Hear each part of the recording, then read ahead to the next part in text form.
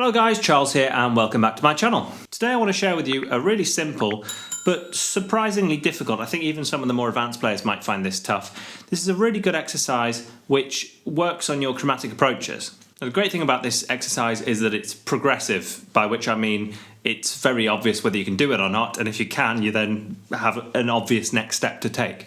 And so you can always keep pushing yourself with these exercises. And ultimately, once you've got this under your fingers, it's really one of the essential building blocks of jazz lines. So once you get this instinctive, you can do it automatically. You've basically at that point got a really strong grasp on one of the significant factors of jazz vocabulary. So all we're doing with this exercise is taking any set of changes. As always, we'll just do this with a 2-5-1 today because we'll all know what we're talking about.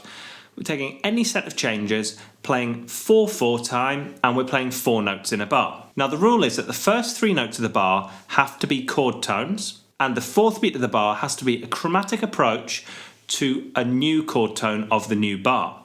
However, it can't be one of the current chord tones. So just to be really clear on that, the 4th beat of the bar can't be one of this chord's chord tones. It has to be a chromatic approach into one of the next bar's chord tones.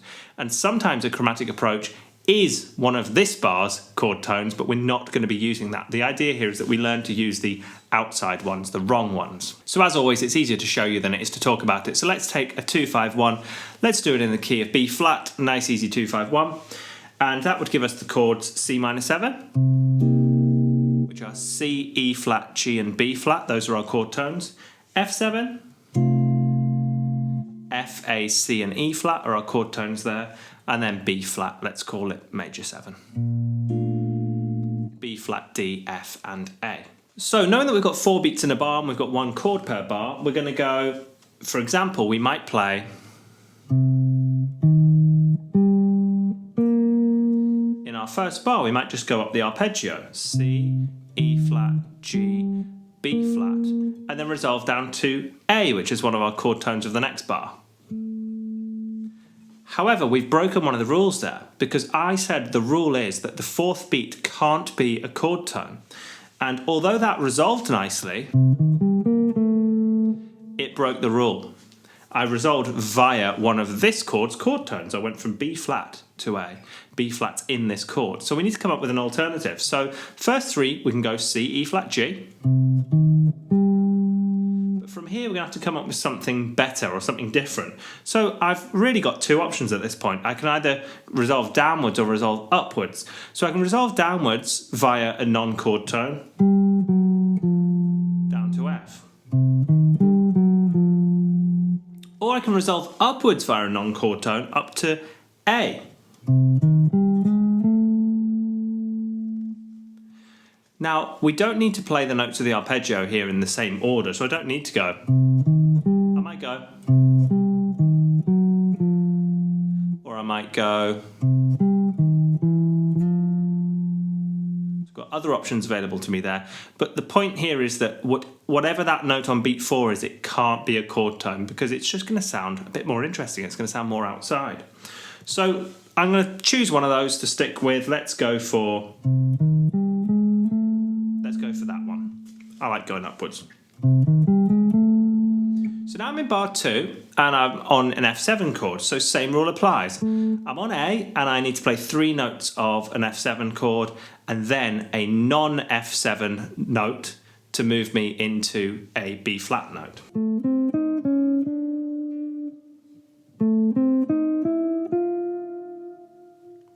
So those are really my 2 options if I just continue ascending. So A, C, E flat. Now from there I can either resolve downwards by doing what we call enclosure, D flat, D. Or I can resolve upwards, just chromatic. So I've resolved either down to D or up to F. Now again, I could try the notes in a different order. Or got lots of options here just by mixing it up. So let's try piecing those together.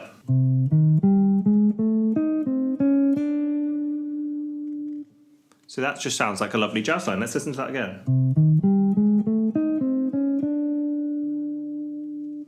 So that sounds really good to me. And the secret here again is to force it to be a non-chord tone on beat 4. Just that tiny little rule just makes the lines a tiny bit more spicy, a tiny bit more interesting. And also, it just keeps you on your toes as far as an exercise goes. Now, for the purposes of time, I've been playing these examples relatively fast here, but really we want to take the George Garzone approach, which is that you've got to go so slowly that if you can't do it at that speed in real time, then it's too fast for you and you need to go even slower. So for most of us, that's patronisingly slow. And we want to play this beautifully and controlled and learn to kind of improvise like this, which is still really tough. I don't know if you're the same, but there's a lot of chord changes which I can blast away over. I can improvise all day. But as soon as I set myself a relatively simple challenge and just try and stick to it for, 5 minutes or so, I either find myself wandering away from the challenge or I find myself surprised at how difficult the limitation is. And these little exercises are really good things to have in your back pocket, especially when you look at a new progression, to just start to hear the movements through those changes and start to hear about how you can dip your toe either side of those changes and start to get a little bit outside. And so at the start of the video, I mentioned how this is progressive. Well, we can make this harder. If we can play over a tune, well, obviously we could just turn the metronome up. But I think often a better thing is to use different note subdivisions. So we could go through all the subdivisions. You could do, after we've done quarter notes, you could do quarter note triplets. You could go down into eighth notes. And I think once you're at eighth notes, if you can improvise with this at eighth notes, that's the vast majority of our time as jazz players is spent in eighth note territory. So I think that would be very useful if you can get up to eighth notes. Now, what you can do is you could do this twice in one bar if you were playing eighth notes, because obviously I'm currently doing this, the last quarter note of the bar is the wrong note, the chromatic note. But if we did it in eighth notes, we would have every fourth eighth note would resolve chromatically to a chord tone. Now, that means in this instance, halfway through a bar, we're going to be doing this, which just means we stay on the same chord. So let's say we were on the C minor 251 that we just played into B flat major, and let's take this at double speed. So rather than just going,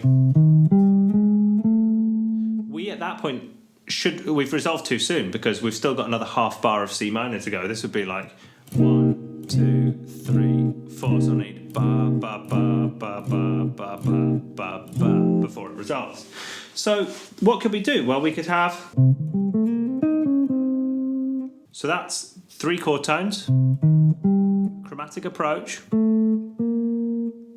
1, 2, 3 more chord tones, chromatic approach, to a chord tone. Or I could keep going up.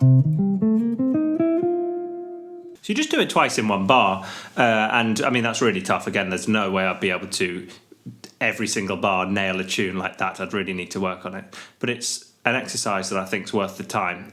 Hopefully you can start to hear the potential in these sounds. So give it a go, let me know how you get on. If you did find this one useful, please do give it a like, subscribe, ding that notification bell, and share with any of your friends or forums that you think might find this useful. And as always, I hope you're all doing very well, getting plenty of practice in, and I very much look forward to seeing you in the next one.